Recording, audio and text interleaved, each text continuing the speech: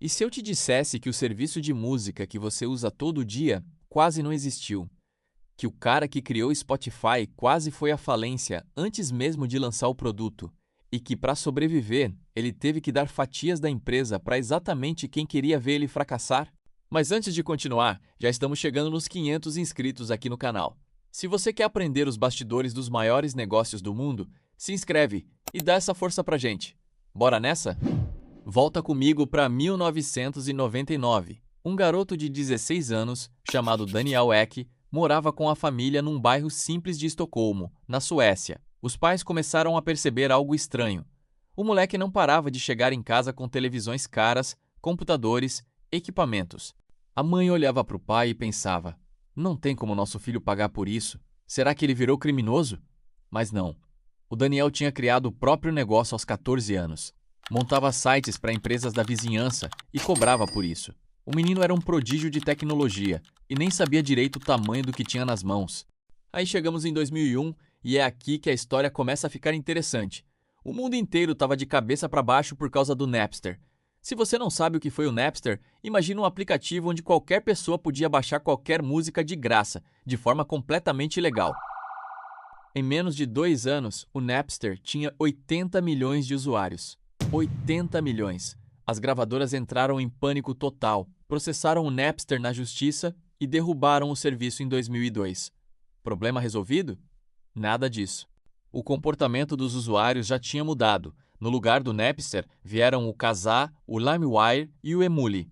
Na Suécia, surgiu o famoso The Pirate Bay, que desafiava a justiça abertamente. Entre 1999 e 2009, a receita global da música gravada caiu pela metade. As gravadoras estavam sangrando forte. Foi nesse caos que Daniel Ek fez uma pergunta simples que ninguém tinha feito antes. E se, em vez de tentar combater a pirataria na justiça, a gente criasse um serviço tão bom que as pessoas simplesmente preferissem usar em vez de piratear? Essa ideia ficou na cabeça dele por anos.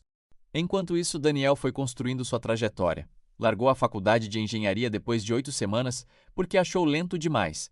Também trabalhou em uma empresa de leilão online e depois fundou uma agência de publicidade digital que acabou vendendo mais tarde para um cara chamado Martin Lorentzon, por volta de $1 milhão.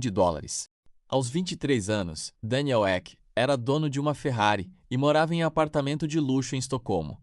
Parecia que tinha chegado lá, mas não estava feliz. Foi numa dessas conversas longas com o Martin que a ideia do Spotify ganhou forma. Os dois decidiram fundar a empresa juntos em abril de 2006, em Estocolmo. O nome não tem nenhum significado profundo. Aparentemente surgiu de uma palavra que o Martin disse numa reunião e que acabou virando uma junção de Spot com Identify. Ficou Spotify.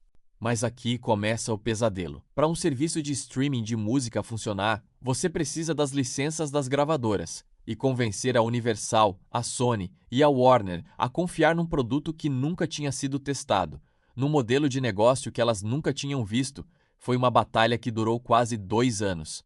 Os executivos das gravadoras olhavam para o Daniel Ek e viam um inimigo. Afinal, ele tinha sido CEO do uTorrent, uma das plataformas de pirataria mais famosas do mundo. A desconfiança era total. E aí chegamos em 2008. O Spotify não tinha grana suficiente para pagar essas licenças. A empresa estava praticamente sem dinheiro. Foi quando Daniel tomou a decisão mais arriscada da história do Spotify.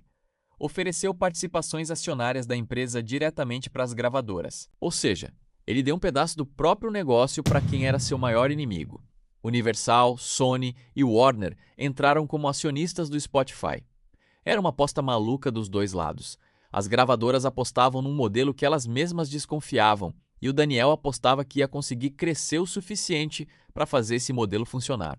Com as licenças garantidas, o Spotify finalmente lançou o serviço em outubro de 2008, primeiramente só na Europa, e deu muito certo.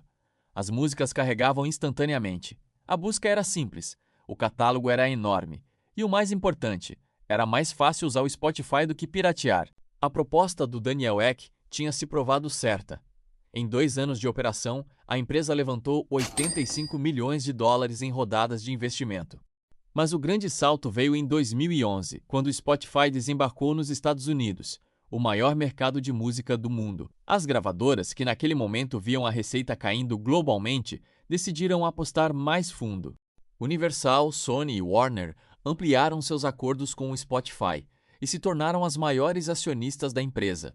Os inimigos do streaming estavam agora torcendo para o streaming dar certo, porque quanto mais o Spotify crescesse, mais as fatias delas valiam. Em 2014, o Spotify chegou ao Brasil. Em 2018, a empresa abriu capital na Bolsa de Nova York. No dia da abertura, a empresa foi avaliada em quase 30 bilhões de dólares. Aquelas fatias que as gravadoras receberam em 2008, quando o Spotify estava quebrado e desesperado, valiam agora bilhões. Os maiores céticos tinham se tornado os maiores beneficiários. Hoje o Spotify tem mais de 750 milhões de usuários ativos mensais em 184 países. São mais de 100 milhões de faixas disponíveis, além de podcasts e audiolivros. O Daniel Ek, que começou montando sites no quarto em Estocolmo, tem patrimônio estimado em quase 9 bilhões de dólares. E as gravadoras que tentaram destruir o streaming estão lucrando junto com ele até hoje. Deu boa para os dois. A lição que fica é essa. Às vezes, o maior movimento estratégico não é derrotar seus inimigos. É fazer com que eles precisem do seu sucesso tanto quanto você. O Spotify não venceu as gravadoras. Ele as transformou em sócias. E essa foi a jogada que salvou a empresa e mudou a indústria da música para sempre. Se você curtiu esse case, deixa o like, se inscreve no canal e comenta aqui embaixo qual empresa você quer que a gente destrinche na próxima. Tamo junto!